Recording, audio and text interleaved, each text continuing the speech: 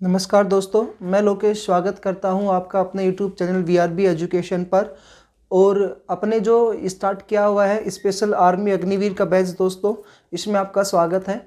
आप जानते हो कि अपन ने जो वीआरबी एजुकेशन का जो ऐप है उस ऐप में ऑनलाइन क्लासेस जो है आपके लिए डाल दी गई है और जितनी भी क्लासेस आपके लिए अपलोड की गई है सारी वेरी इंपॉर्टेंट्स हैं और सारी की सारी क्लासेस स्पेशल आर्मी के लिए है। दोस्तों ज़रूर जुड़े आप हमारे वीआरबी एजुकेशन के ऐप से।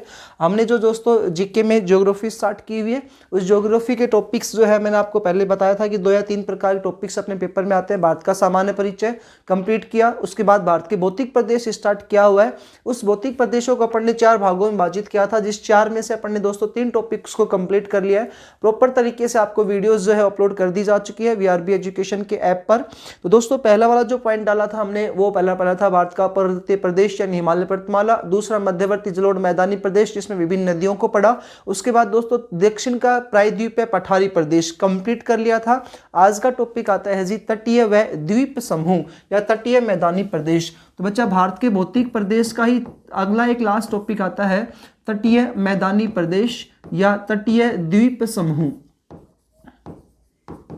तटीय मैदानी प्रदेश या तटीय द्वीप समूह। बच्चा इस तटीय मैदानी प्रदेश को मैं 2 भागों में विभाजित कर देता हूं, एक पूर्वी तटीय मैदानी प्रदेश और दूसरा आता है इसमें पश्चिमी तटीय मैदानी प्रदेश। जैसे कि हमने पिछले वाली जो वीडियो थी दक्षिण का प्रायद्वीप पठारी प्रदेश था, उसको 2 तटों में या 2 घाटों में विभाजित किया था, पूर्वी घाट और पश्चिमी घाट। ऐसे यहाँ पर 2 तट बना दिए अपन ने, पूर्वी तट और दूसरा कौन सा आता है पश्चिमी तट। अब जो राज्य है उन राज्यों को आप रख दो।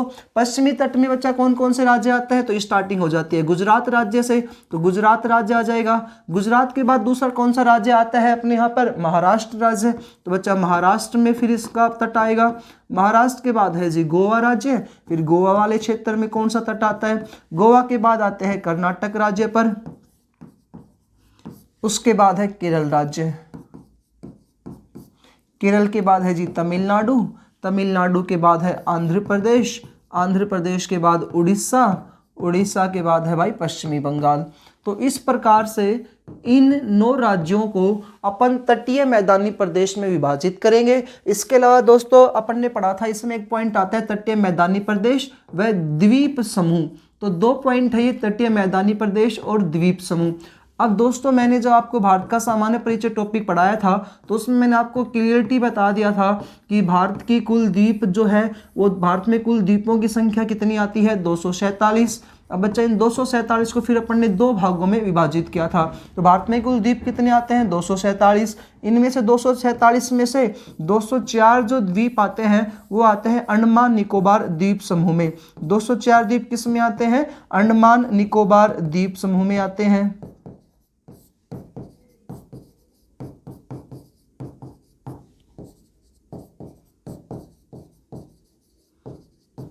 और बच्चा बचे कितने 43 द्वीप। 43 द्वीप जो आते हैं ये अरब सागर में स्थित है, अरब सागर में स्थित है। तो ये एक द्वीप टॉपिक है, पहले इस द्वीप को क्लियर कर लेते हैं फिर तटीय मैदानी प्रदेश पर।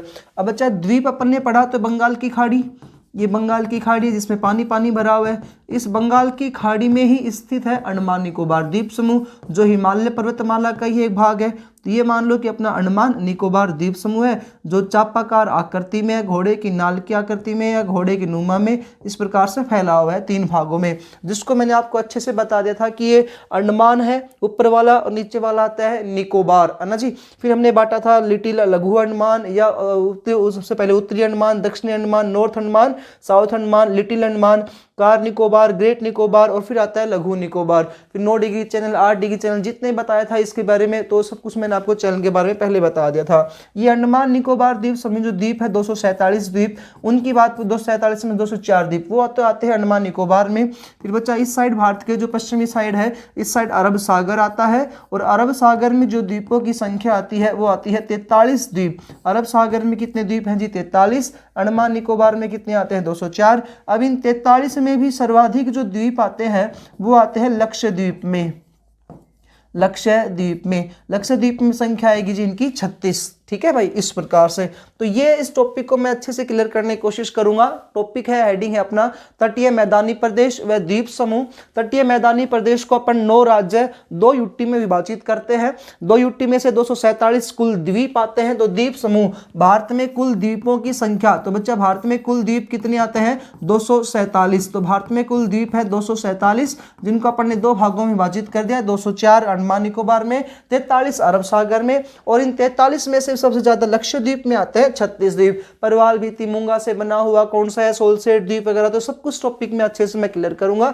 स्टार्ट करते हैं बच्चा पश्चिमी तटीय मैदानी प्रदेश को। इस वाले टॉपिक से स्टार्ट करता हूं, फिर अपन इसको करेंगे पूर्वी तटीय मैदानी प्रदेश को। ठीक है जी, ओके। तो अपन ने इसको 2 भागों में बांटा है। तो हेडिंग है फिलहाल अपना पश्चिमी तटीय मैदानी प्रदेश।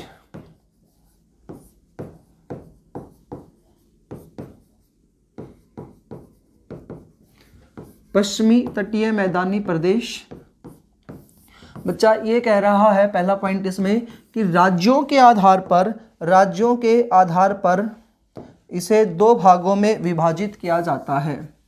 किसके आधार पर? राज्यों के आधार पर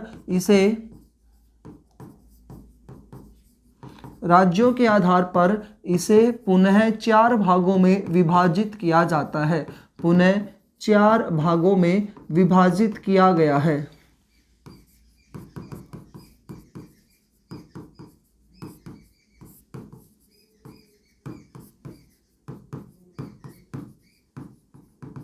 राज्यों के आधार पर इसे कितने भागों में बांट रहे हैं? 4 राज्यों में, चाहे 4 भागों में, बस बांट दो। सबसे पहला कौन सा आता है? गुजरात।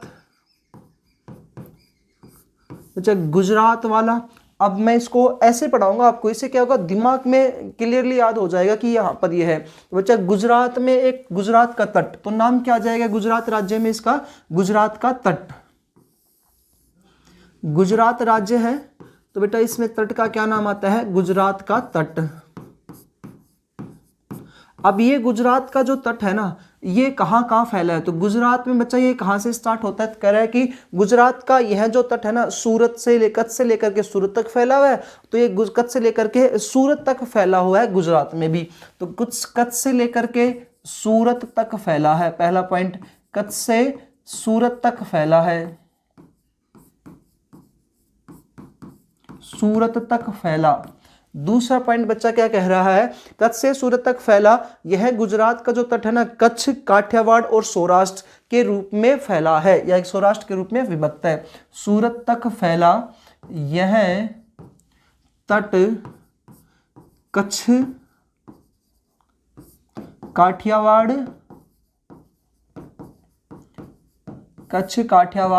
व सौराष्ट्र के तट के रूप में विभाजित है। सौराष्ट्र तट के रूप में विभाजित है।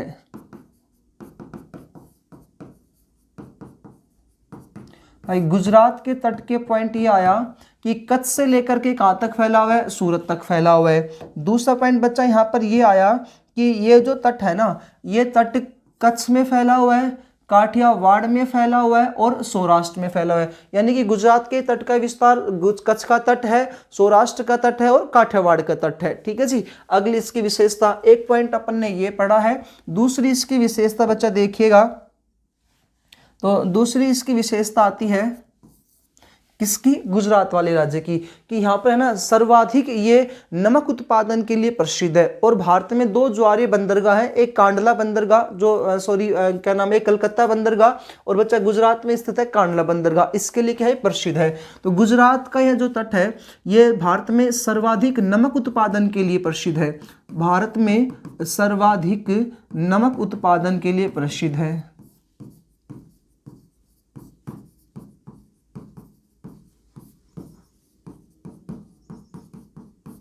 नमक उत्पादन के लिए प्रसिद्ध है। गुजरात का तट भारत में सर्वाधिक नमक उत्पादन के लिए प्रसिद्ध है।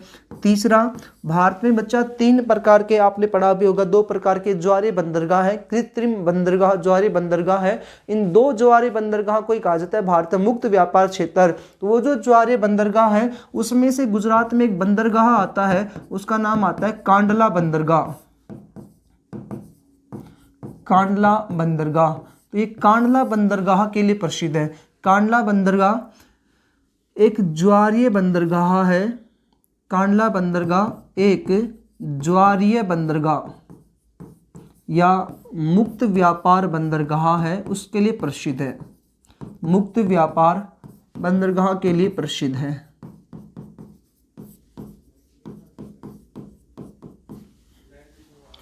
के लिए प्रसिद्ध है। हो गया भाई याद, बस इतना सा आपको याद रखना है। तटीय मैदानी प्रदेश का एक पॉइंट आता है गुजरात का तट। गुजरात का जो तट है एक कच्छ से लेकर के सूरत तक फैला हुआ है। दूसरा पॉइंट कह रहा है कि कच्छ, काठियावाड़ और सौराष्ट्र के रूप में फैला हुआ है। उसके बाद नेक्स्ट पॉइंट कहता है कि यह भारत में सर्वाधिक नमक उत्पादन के लिए प्रसिद्ध है और भारत में केवल 2 ज्वारीय बंदरगाह भारत में मुक्त व्यापार बंदरगाह है। एक का नाम आता है कोलकाता, जिस कोलकाता वाले बंदरगाह को पश्चिमी बंगाल में देखेंगे, और दूसरा बंदरगाह आता है बच्चा इसमें कांडला बंदरगाह। ये कांडला बंदरगाह कहाँ पे आता है? गुजरात के तट पर आता है। विशेष बात यह है कि राजस्थान का सबसे बड़ा पृष्ठीय प्रदेश कौन सा बंदरगाह रखता है? कांडला बंदरगाह रखता है। ठीक है जी। दूसरा बात करते हैं बच्चा कोंकण का तट। अब ये जो कोंकण का तट ये कहां से कहां तक फैला हुआ? तो एक आ गया गुजरात का तट, दूसरा बच्चा इसमें बात करते हैं अपन कोंकण के तट की। बस ये ज्यादा पेपर में आर्मी वालों में तो सिर्फ नाम पूछता है कि ये तट कहां पर स्थित है। तो दूसरा तट आता है बच्चा इसमें कोंकण का तट। ये कोंकण का जो तट है ये सूरत से लेकर के गोवा तक फैला हुआ है, सूरत से गोवा तक, और गोवा से महाराष्ट्र तक फैला हुआ है, या सूरत से महाराष्ट्र तक और फिर महाराष्ट्र से गोवा तक। सूरत से महाराष्ट्र तक और महाराष्ट्र से गोवा तक फैला है। एक पॉइंट तो इसका ये हुआ। दूसरा पॉइंट बच्चा इसमें कहता है कि ये जो कोंकण का तट है ये भारत में सर्वाधिक जो है आम उत्पादन के लिए प्रसिद्ध है। भारत में सर्वाधिक किसके उत्पादन के लिए? आम उत्पादन के लिए प्रसिद्ध है, समुद्री पर्यटन के लिए प्रसिद्ध है। तो आम उत्पादन, सर्वाधिक आम उत्पादन,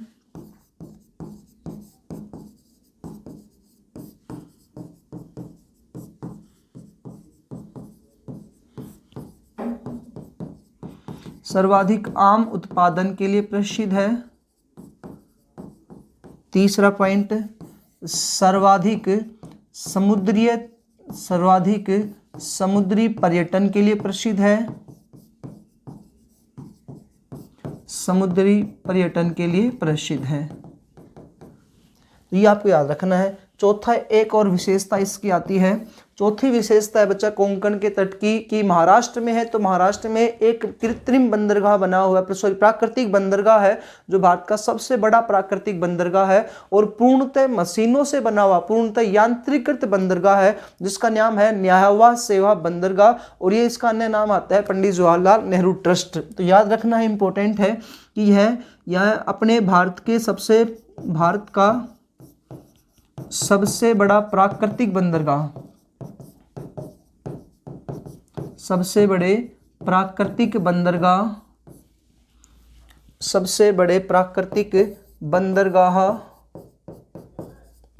नाम क्या है जिसका? न्याहवा सेवा। बहुत बार पेपरों में आया है ये क्वेश्चन। न्याहवा सेवा बंदरगाह, न्याहवा सेवा के लिए प्रसिद्ध है। न्याहवा सेवा के लिए प्रसिद्ध है, जो न्याहवा सेवा के लिए प्रसिद्ध है जो पूर्णतः मशीनीकृत या यांत्रिकृत बंदरगाह है, जो पूर्णतः मशीनीकृत या यांत्रिकृत बंदरगाह है। कौन सा? न्याहवा सेवा बंदरगाह। इस बंदरगाह का निर्माण जो है उसके पीछे, तो निर्माण करने का जो रीजन बताया, निर्माण का कारण, तो वो कारण जो बताया गया, उसका कारण बताया गया कि मुंबई के ट्रैफिक को कम करने के लिए, मुंबई के ट्रैफिक को, ये भी आया हुआ क्वेश्चन है, मुंबई के ट्रैफिक को कम करने के लिए कौन सा बंदरगाह का निर्माण किया गया है? को कम करने के लिए एकमात्र ऐसा बंदरगाह जो पूर्णतः मशीनीकृत है वो कौन सा आता है जी, न्यावा सेवा बंदरगाह। तो इसके लिए कौन सा तट इंपॉर्टेंट आता है, कोंकण का तट। ठीक है जी, पहला हमने पढ़ा है गुजरात का तट, दूसरा इसमें पढ़ा है कोंकण का तट। हेडिंग कौन सा है, पश्चिमी तटीय मैदानी प्रदेश। राज्यों के आधार पर पश्चिमी तटीय मैदानी प्रदेश कितनों भागों में बांट दिया गया, 4 भागों में बांटा है। तो अभी तो स्टार्टिंग है, पहला गुजरात का तट आया, दूसरा कौन सा है, कोंकण का तट। आगे इसको पढ़ा रहा हूं तो आगे आएगा कनारा का तट। कनारा का तट आता है कहां पर, तो कर्नाटक राज्य में। ठीक है भाई, अगली स्लाइड लेते हैं। अभी तीसरा तट आता है बच्चा इसमें, कनारा का तट। ये जो कनारा का तट है ये कहां पर स्थित है, कर्नाटक राज्य में। ये आ गया कर्नाटक में।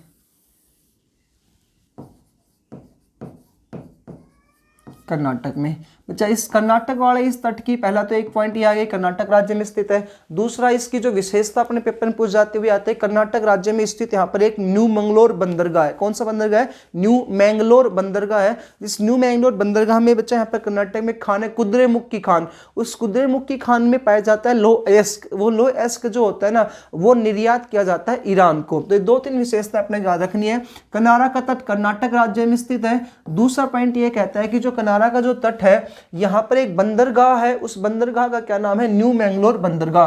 तो कनारा के तट पर स्थित, तो इस तट पर स्थित है, इस तट पर स्थित बंदरगाह का नाम आता है न्यू मंगलोर बंदरगाह।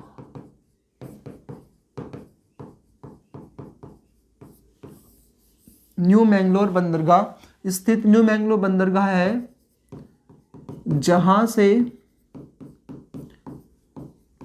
से कुद्रेमुख की खान,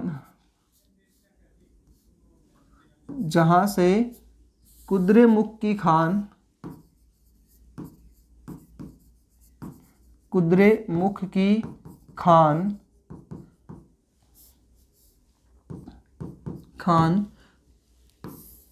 का लोह अयस्क ईरान को निर्यात किया जाता है। लोह अयस्क ईरान को निर्यात किया जाता है, बेचा जाता है।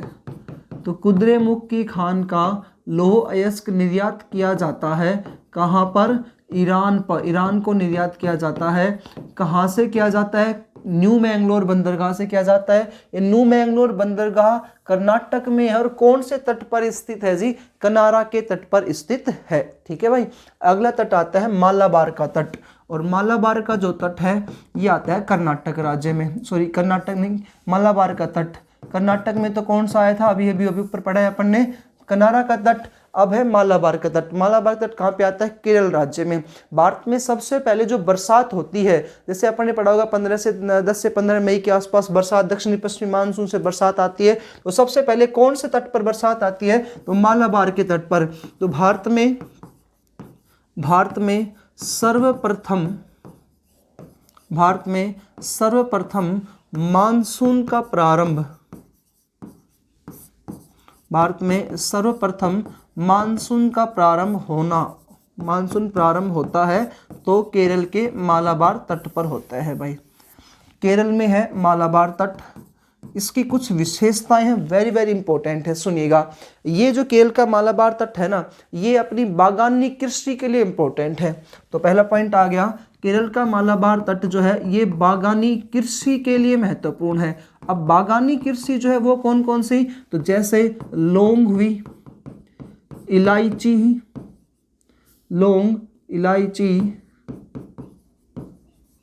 गरम मसाला। अब आप जानते हो गरम मसाला, लौंग, इलायची, इनमें ना केरल राज्य का एकाधिकार है। यानी पूरे भारत में सबसे ज्यादा कौन उत्पादन करता है गरम मसाला, लौंग, इलायची का, केरल राज्य। और केरल राज्य में कौन सा तट आता है बच्चा, मालाबार का तट।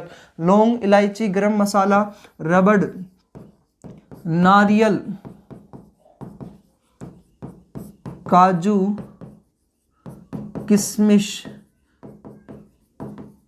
तो बच्चा ये आदि जितनी भी बागानी फसलें होती हैं ये कौन से तट पर होती है, मालाबार के तट पर होती हैं। ठीक है, अगला पॉइंट कह रहा है केरल राज्य में बच्चा झील पाई जाती है और खारे पानी की झील होती है, उन केरल राज्य या मालाबार के तट पर यहाँ पर झील पाई जाती है।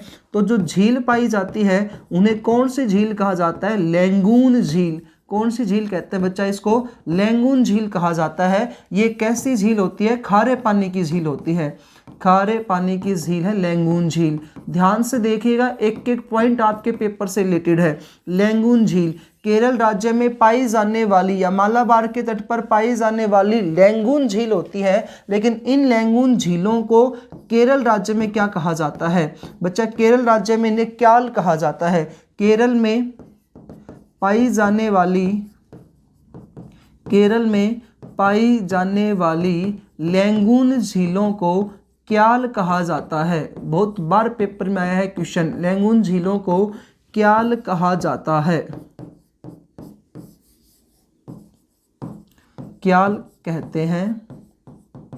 तो केरल राज्य में क्या पाई जाती है, लैंगून झील पाई जाती है, खारे पानी की झीलें होती है। केरल राज्य में पाई जाने वाली लैंगून झीलों को क्या कहा जाता है, क्याल कहा जाता है। ठीक है जी, यहाँ तक तो नेक्स्ट पॉइंट कह रहा है कि ये जो क्याल झील पाई जाती है इसमें जो है एक झील है, जब सबसे इस केरल राज्य की सबसे बड़ी झील, इसका नाम आता है वेमनाड झील। ठीक है, तो केरल की सबसे बड़ी लैंगून झील, केरल की सबसे बड़ी लैंगून झील, ये केरल राज्य की बता रहा हूं, भारत की नहीं बता रहा हूं, ध्यान से देख लो भाई। केरल राज्य की सबसे बड़ी लैंगून झील है जिसका नाम है वेमनाड झील। तो केरल की सबसे बड़ी झील कौन सी है, जो लैंगून झील है उसका नाम क्या आता है, वेमनाड झील। और बच्चा इस वेमनाड झील के सामने एक द्वीप स्थित है, इसका नाम आता है वेलिंगटन द्वीप। और इस वेलिंगटन द्वीप जो है ना, यानी कि वेमनाड केरल राज्य में झील पाई जाती है। अब इस वेमनाड झील के किनारे बच्चा एक शहर भी बसा हुआ है जिसका नाम आता है कोच्चि शहर, केरल राज्य की राजधानी है ना।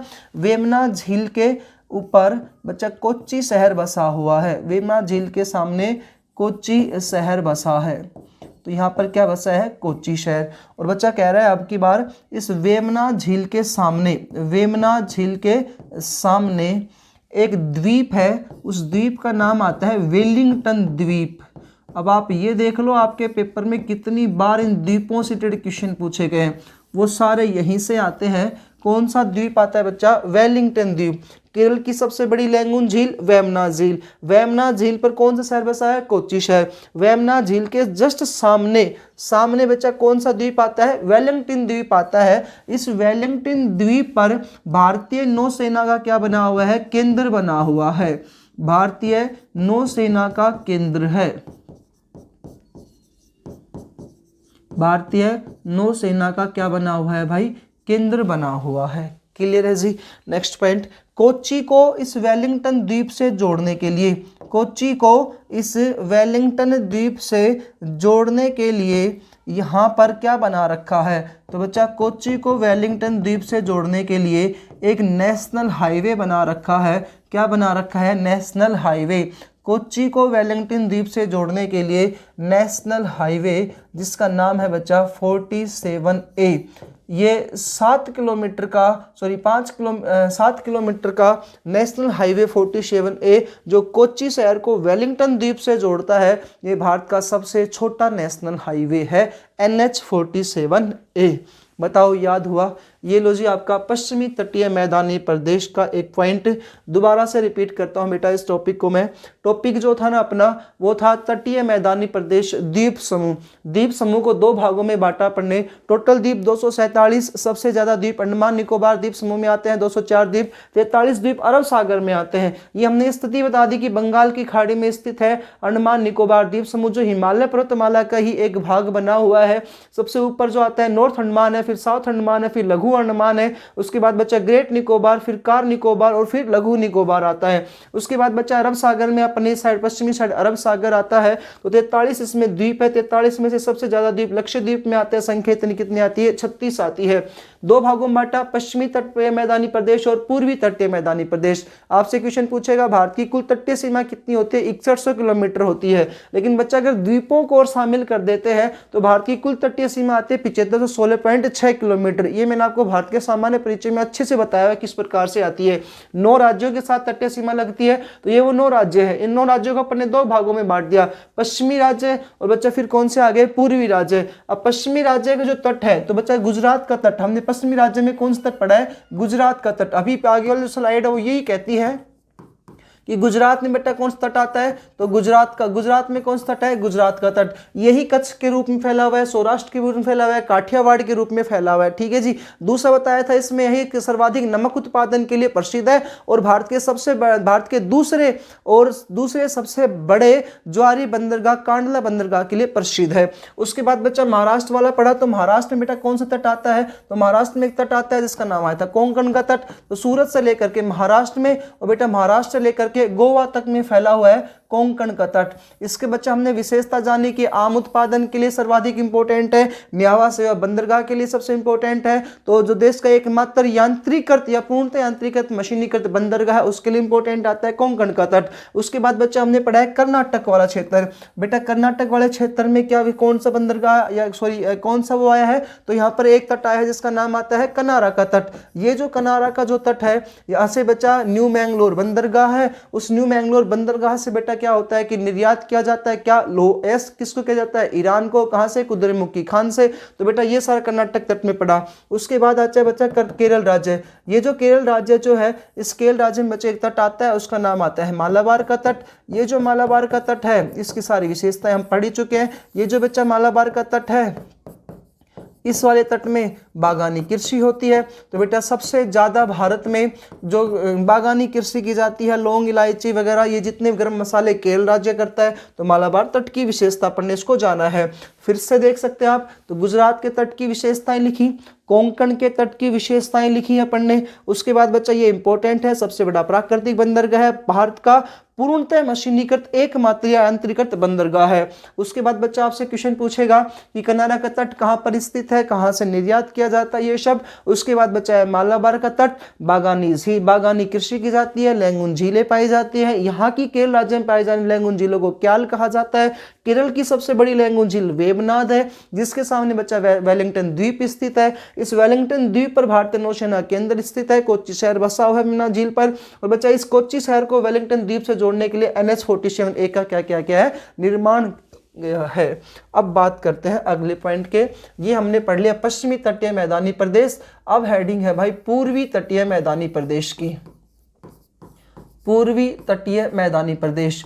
और आप थोड़ा सा ध्यान से देख रहे होगे ना तो आपको खूब आराम से समझ में आएगा कि आपके पेपर में जो क्वेश्चन बनते हैं, जैसे बंदरगाह का आया कर दोगे भाई, अभी बंदरगाह पढ़े। तट का पूछे व्हीलर द्वीप कहाँ पर है तो अभी आगे आ जाएगा, चिल्का झील, वेमना झील, दूसरी सबसे बड़ी झील बताओ, जितना पूछे सारा आप इनमें से कर सकते हो। मीठी झील मैंने आपको बता ही चुका हूँ, जैसे अभी चिल्का पढ़ाऊंगा सबसे बड़ी खारे पानी की झील, तो वो भी आएगी आगे उड़ीसा राज्य में। ऐसे बच्चा फिर जैसे हमने आपको बताया था भारत की सबसे बड़ी प्राकृतिक मीठे पानी की झील वुलर झील थी, जो हमने जब सिंधु, झेलम, चिनाब, रावी, व्यास, सतलुज नदी पढ़ी तो उसमें मैंने आपको बताया था सतलुज नदी जब पढ़ाई तो बच्चा सतलुज नदी के पानी को रोक करके भाखड़ा नांगल बांध परियोजना के तहत हिमाचल प्रदेश और पंजाब वाले बॉर्डर पर एक झील का निर्माण कर रखा है, जो भारत की सबसे बड़ी कृत्रिम मीठे पानी की झील आती है, गोविंद सागर झील। मैंने सारे टॉपिक वहां पे क्लियर कर दिए थे। तो बंदरगाह वगैरह टॉपिक है वो भी आपका साथ साथ इसमें कंप्लीट होता रहेगा। पूर्वी तटीय मैदानी प्रदेश की बच्चा बात करते हैं तो तब तो ऐसे बनाया था, अब आप ऐसे बना दो, बस वही तो बात है। अब जब केरल से स्टार्ट किया था तो बच्चा आप कहाँ स्टार्ट कर दोगे, तमिलनाडु से, है ना। तो तमिलनाडु से स्टार्टिंग कर देता है अपन यहाँ से, तमिलनाडु।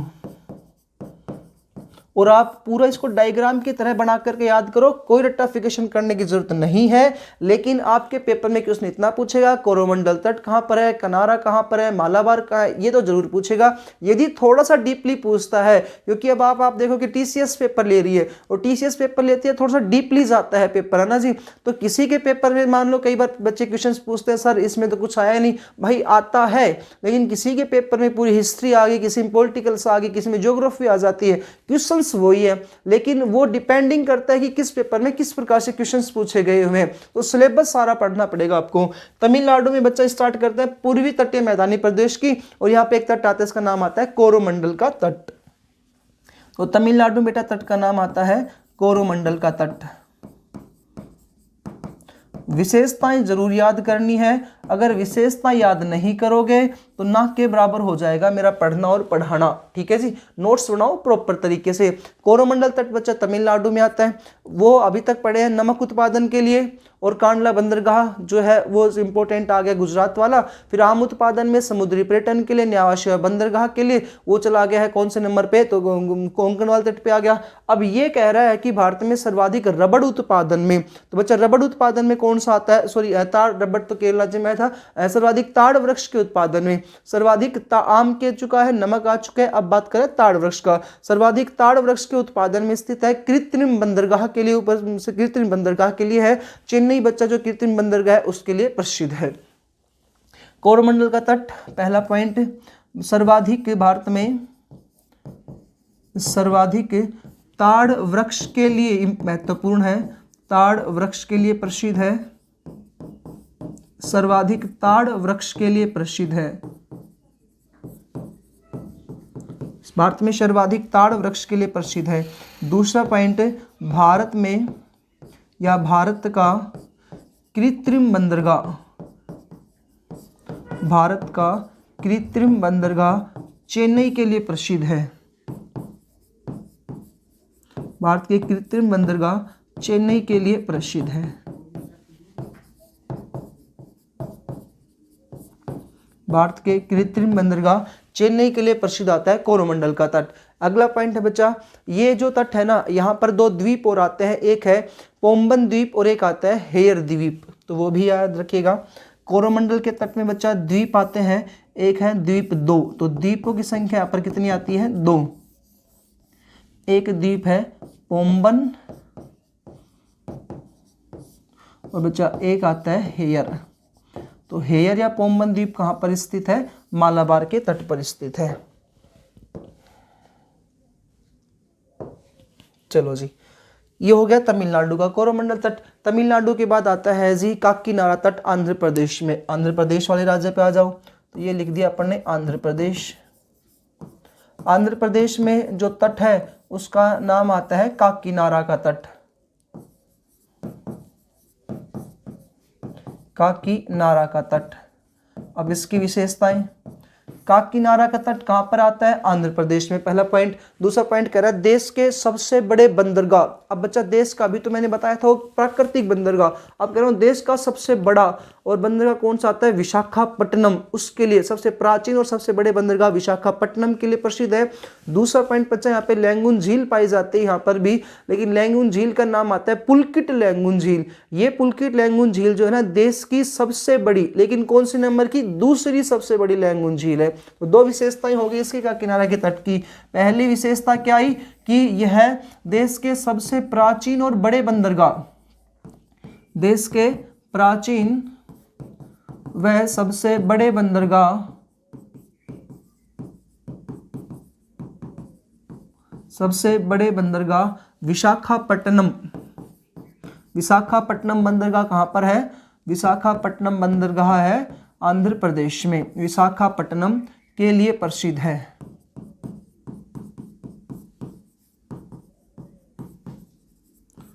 दूसरा पॉइंट कह रहा है कि यह जो काकीनाडा का जो तट है ना आंध्र प्रदेश वाला, इस काकीनाडा के तट पे लैंगून झील पाई गई है, लेकिन उस लैंगून झील का नाम आता है पुलकिट। केरल में वेमनाथ थी, अब है कौन सी, पुलकिट झील। तो दूसरा पॉइंट है बच्चा इसमें, यहां पर है लैंगून झील और उस लैंगून झील का नाम आता है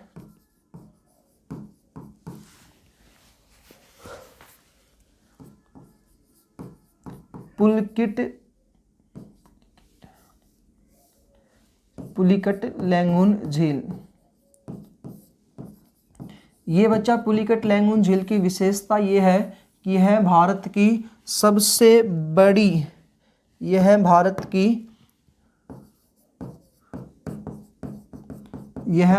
की सबसे बड़ी, लेकिन कौन से नंबर की, दूसरी, भारत की सेकंड सबसे बड़ी लैंगून झील है। यह भारत की दूसरी सबसे बड़ी लैंगून झील है। दूसरी सबसे बड़ी क्या है जी, लैंगून झील है। ये हो गया आंध्र प्रदेश का, एक आया तमिलनाडु का। बस इतना से याद करना है। तमिलनाडु का तट कोरोमंडल तट आता है। आंध्र प्रदेश के तट का क्या नाम आता है? काकीनाडा का तट। आगे बढ़ते हैं बच्चा, अभी एक पॉइंट और समझिएगा, ये जो पुलकिट जो झील है ना, इस पुलकिट झील पर बेटा, यहाँ इसके पुलकिट झील के ऊपर सामने यहाँ पर एक द्वीप आता है जिसका नाम है श्रीहरिकोटा द्वीप, है ना जी। पुलकिट झील पर बच्चा एक द्वीप आता है, इसका नाम आता है श्रीहरिकोटा द्वीप, और इसके ऊपर है ना भारतीय अंतरिक्ष प्रक्षेपण केंद्र सतीश धवन प्रक्षेपण केंद्र स्थापित कर रखा है। एक पॉइंट और देखते हैं, तो काकीनाडा के तट पर बच्चा एक पुलिकट जो झील है इस पुलिकट झील के जस्ट सामने, पुलिकट झील के सामने, पुलकिट झील के सामने बच्चा यहाँ पर एक द्वीप है, उसका नाम है श्रीहरिकोटा द्वीप, श्रीहरिकोटा द्वीप। इसके ऊपर बच्चा भारत सरकार के द्वारा क्या स्थापित कर रखा है? भारतीय अंतरिक्ष प्रक्षेपण केंद्र, भारतीय अंतरिक्ष प्रक्षेपण केंद्र स्थापित किया गया है।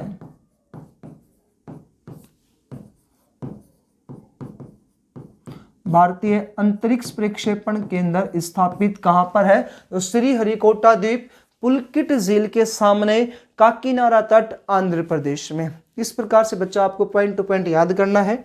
अगला पॉइंट आता है तमिलनाडु आंध्र प्रदेश के बाद उड़ीसा में, ऐसे ही बनाते हैं अपन।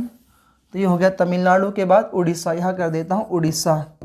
अब बच्चा उड़ीसा में जो तट है, अब देखो पहले अपन आंध्र प्रदेश का पढ़ा, तमिलनाडु का मालाबार कोरोमंडल तट पढ़ा, फिर काकीनाडा का तट पढ़ा, अब आता है उड़ीसा के। तो तट का नाम ज़्यादा इंपॉर्टेंट है, सब तटों के नाम आपको पक्का याद होने चाहिए। तो तट का नाम आता है उत्कल का तट, उत्कल का तट। कौन से राज्य में स्थित है? उड़ीसा राज्य में उत्कल का तट स्थित है। इसमें क्या विशेषता है कि ये देश के सबसे आधुनिक बंदरगाह, देश का आधुनिक बंदरगाह, देश के आधुनिक बंदरगाह के लिए प्रसिद्ध है।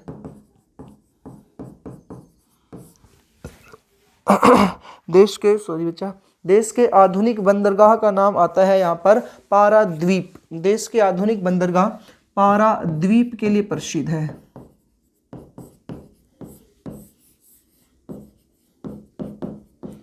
पाराद्वीप के लिए प्रसिद्ध है।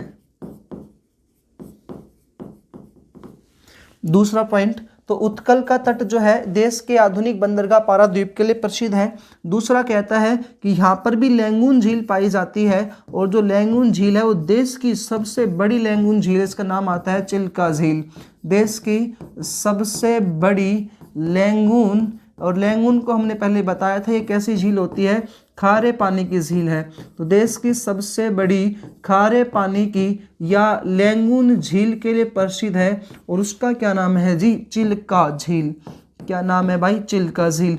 अभी अभी मैंने आपको पीछे बताया था कि एक पुलिकट झील है, वो पुलिकट झील जो है वो कहाँ पर स्थित है? आंध्र प्रदेश में। ये पुलिकट झील जो है भारत की दूसरी सबसे बड़ी लैंगून झील है। और अब मैं आपको कह रहा हूँ कि ये जो लैंगून झील, चिल्का झील है, यह भारत की सबसे बड़ी, देश की सबसे बड़ी खारे पानी की झील है। जो चिल्का झील कहाँ पर आती है? उत्कल के तट पर आती है भाई, ठीक है। उसके बाद कह रहा है इस चिल्का झील के सामने, इस चिल्का झील के सामने एक द्वीप है जिसे बालेश्वर द्वीप के नाम से जाना जाता है, व्हीलर द्वीप के नाम जाना जाता है। उसका नाम हो चुका है डॉक्टर एपीजे अब्दुल कलाम। तो एक ही बात है। तो बच्चा ये चिल्का झील है, इस चिल्का झील के सामने जो भी इंपॉर्टेंट फैक्ट्स हैं वो ही आपके सामने आ रहे हैं। चिल्का झील के सामने बच्चा एक द्वीप आता है, उसका नाम है बालेश्वर द्वीप। इसी का अन्य नाम है व्हीलर द्वीप, और बच्चा इसी का नाम चेंज करके कर दिया गया है डॉक्टर एपीजे अब्दुल कलाम द्वीप। डॉक्टर एपीजे अब्दुल कलाम द्वीप। तो इसके सामने एक द्वीप है चिल्का झील के सामने, उसका नाम है बालेश्वर द्वीप, व्हीलर द्वीप या डॉक्टर एपीजे अब्दुल कलाम द्वीप। अब ये क्यों बता रहा हूं? क्योंकि बच्चा इस द्वीप के ऊपर भारतीय मिसाइल, भारत सरकार के द्वारा, इसरो के द्वारा क्या बना रखा है? मिसाइल प्रक्षेपण केंद्र स्थापित किया गया है। मिसाइल प्रक्षेपण केंद्र स्थापित किया गया है? तो मिसाइल प्रक्षेपण केंद्र कहाँ पर स्थित है? तो आपका आंसर आएगा सर मिसाइल प्रक्षेपण केंद्र जो है वो Balasore Wheeler doctor APJ Abdul Kalam द्वीप पर स्थित है। लेकिन अभी अभी मैंने ध्यान से देखेगा बताया था भारतीय अंतरिक्ष प्रक्षेपण केंद्र कहाँ है? श्रीहरिकोटा द्वीप पर स्थित है, पुलकित झील के सामने आंध्र प्रदेश में। उससे पहले बच्चा मैंने आपको बताया था कि भारतीय नौसेना का केंद्र कहाँ पर स्थित है, मुख्यालय कहाँ पर है? तो वेलिंगटन द्वीप पर स्थित है। ये थोड़ा सा आप देखते चलोगे ना तो ही आपके दिमाग में बैठेगा। थोड़ा सा इनमें अंतर करके देखो और जब अंतर करना सीख गए तो ये समझ लो कि आपको 101% याद हो जाएगा।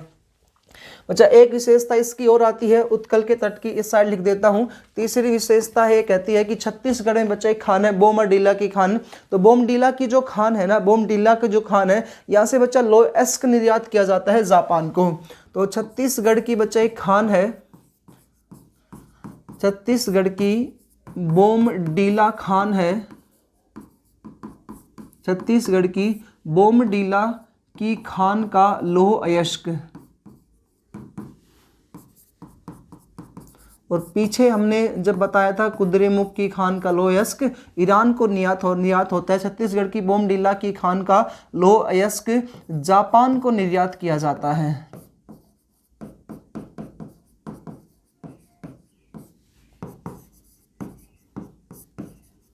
जापान को निर्यात किया जाता है।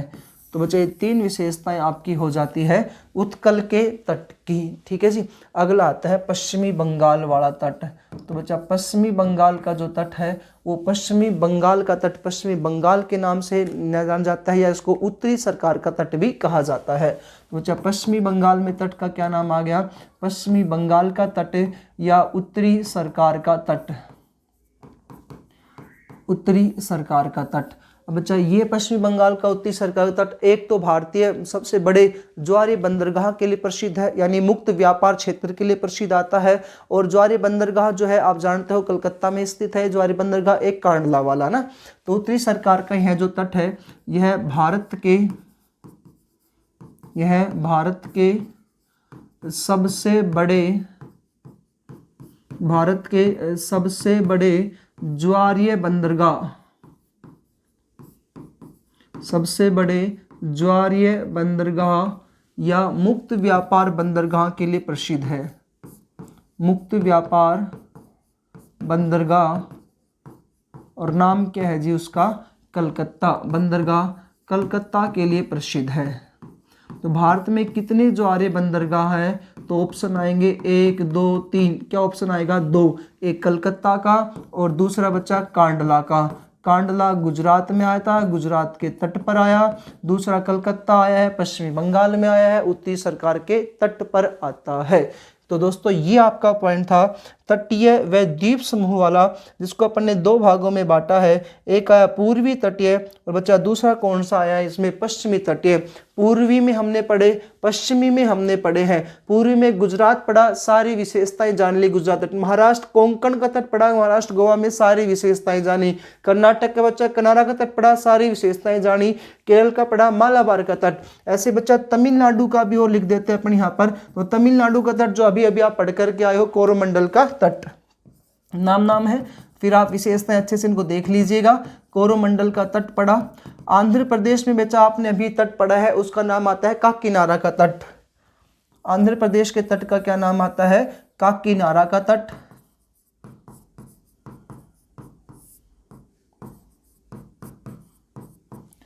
उड़ीसा का बच्चा आपने तट पढ़ा है, उसका नाम आता है उत्कल तट।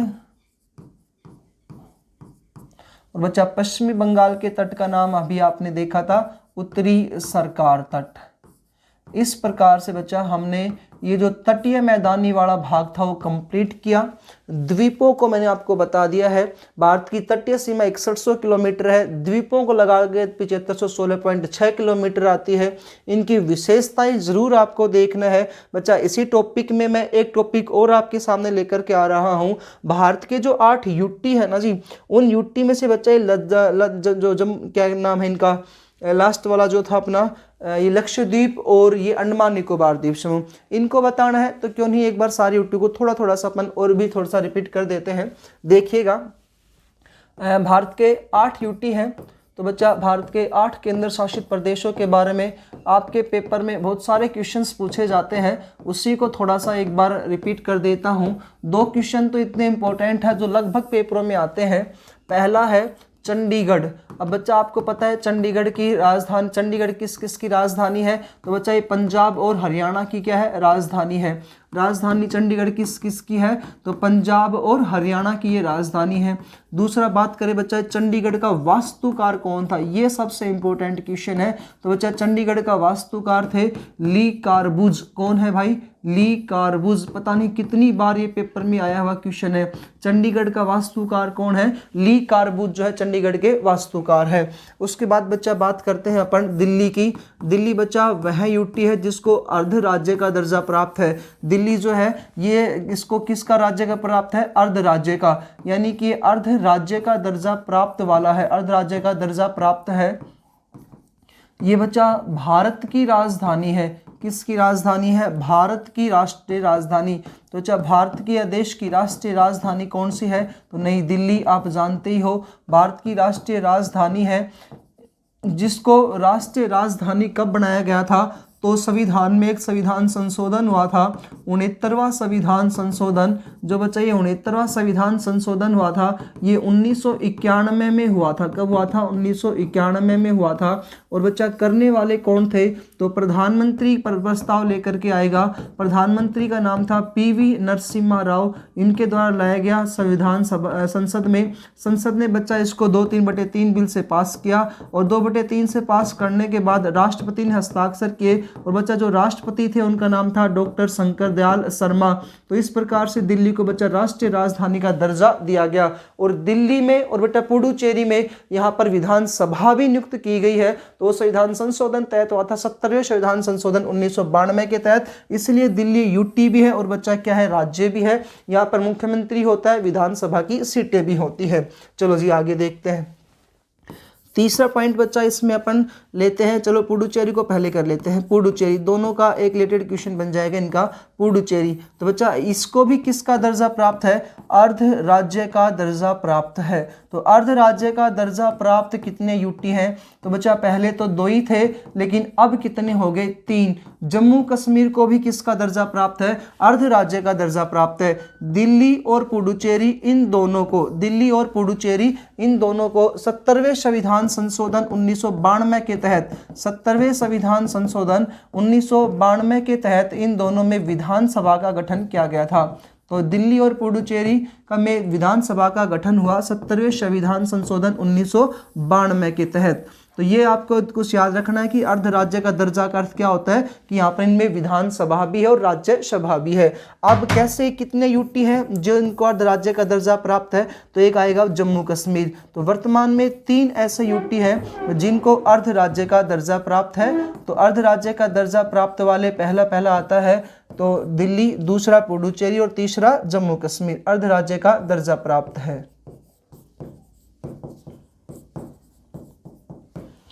अगला यूटी अपना आता है इसमें लद्दाख। लद्दाख भारत का सबसे बड़ा यूटी, भारत का सबसे बड़ा केंद्र शासित प्रदेश है लद्दाख। इसकी राजधानी है लेह। लेह इसकी राजधानी है। और बच्चा लेह जो है ये भारत का सबसे शुष्क स्थान आता है। सबसे कम बरसात जिस क्षेत्र में होती है भारत के लेह में होती है। 28 में अपना यूटी आता है, उसका नाम है लक्षद्वीप। लक्षद्वीप की राजधानी करावती। ये लक्षद्वीप प्रवाल भित्ति या मूंगा से बना है। प्रवाल भित्ति या मूंगा का अर्थ यहाँ पर है कि क्याल, जैसे आपने देखा होगा जहाँ पर पानी भरता है, उस पानी भरता है वहाँ पे स्याल हो जाती है, एक काई सी बोलते हैं उसको, तो वो जम जाती है। तो उससे किसका निर्माण हुआ है? लक्षद्वीप का निर्माण हुआ है। प्रवाल भित्ति या मूंगा से निर्मित एकमात्र द्वीप। और हमने बताया था कि भारत में 247 द्वीप हैं। उन 247 में से लक्षद्वीप में कुल कितने द्वीपों की संख्या आती है? तो 36 द्वीप आते हैं इस लक्षद्वीप में, जो प्रवाल भित्ति या मूंगों से क्या होते हैं? निर्मित होते हैं। उसके बाद बच्चा अगला जो अपना आता है इसमें पुडुचेरी हो गया, लक्षद्वीप। अगला यूटी है अंडमान निकोबार द्वीप समूह।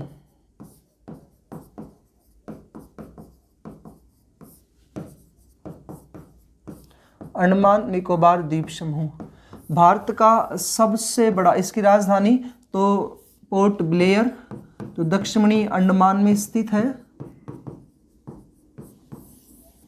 दूसरा, अंडमान निकोबार द्वीप समूह जो है ये भारत में सर्वाधिक बरसात वाला क्षेत्र, भारत में इन सभी 8 यूटी में से सर्वाधिक वर्षा, सर्वाधिक जनघनत्व, सर्वाधिक जैव संवर्धी वाला क्षेत्र है। इसके अलावा अंडमान निकोबार द्वीप समूह जो है ये यहाँ पर ज्वालामुखी से निर्मित भारत में एकमात्र सक्रिय ज्वालामुखी है और उसका जो नाम आता है बैरन ज्वालामुखी या जागृत ज्वालामुखी, तो यहाँ पर स्थित है। भारत का एकमात्र जागृत ज्वालामुखी वो अंडमान निकोबार द्वीप में है, उसका नाम है बैरन, तो बैरन के लिए प्रसिद्ध है। अब इस ज्वालामुखी से एक द्वीप बना, तो ज्वालामुखी क्रिया से बना द्वीप, ज्वालामुखी क्रिया से बना द्वीप, ज्वालामुखी क्रिया से बना हुआ द्वीप उसके लिए प्रसिद्ध है और उसका नाम आता है नारकोंडम। नारकोंडम के लिए भी ये प्रसिद्ध है। लास्ट यूटी है अपना दमन द्वीप व दादर नागर हवेली। दमन द्वीप व दादर नागर हवेली, और इसके आपको पता ही है 26 जनवरी 2020 को नरेंद्र मोदी सरकार के द्वारा इन दोनों को, पहले अलग अलग थे, सूरत के गुजरात के जो सामने था वो दमन द्वीप था, महाराष्ट्र के सामने जो था वो दादर नागर हवेली था। इन दोनों को 26 जनवरी 2020 को नरेंद्र मोदी सरकार के द्वारा एक कर दिया गया, इन दोनों को मिला दिया गया, दोनों को मिला करके एक कर दिया गया। दोस्तों आज का ये अपना टॉपिक था जो था तटीय मैदानी प्रदेश, और इस तटीय मैदानी प्रदेश में हमने 2 भागों में बांटा है, पूर्वी तटीय मैदानी प्रदेश और दूसरा आया था पश्चिमी तटीय मैदानी प्रदेश। अच्छे से मैंने इसको डिस्क्राइब किया है। पूर्वी तटीय मैदानी प्रदेश में जितने तट हैं उनके बारे में जाना, पश्चिमी में जितने हैं उनके बारे में जाना, इनकी विशेषताओं को जाना। उसके बाद आता है भारत के यूटी, तो यूटी से रिलेटेड जितने भी अंडमान निकोबार द्वीप समूह में द्वीप आते हैं, 204 द्वीप आते हैं, 43 द्वीप लक्षद्वीप अरब सागर में आते हैं जिसमें 36 लक्षद्वीप में आता है, उनसे रिलेटेड ली कार्बूज के द्वारा बसाया गया शहर जो है वो चंडीगढ़ है, लुटियन के द्वारा बसाया गया शहर जो आता है या वास्तुकार जो है वो दिल्ली है। ये 2 क्वेश्चन आपके पेपर में ज़्यादा पूछे जाते हैं। तो लुटियन के द्वारा बसाया गया शहर, तो इसका वास्तुकार कौन आ जाएगा? दिल्ली का लुटियन।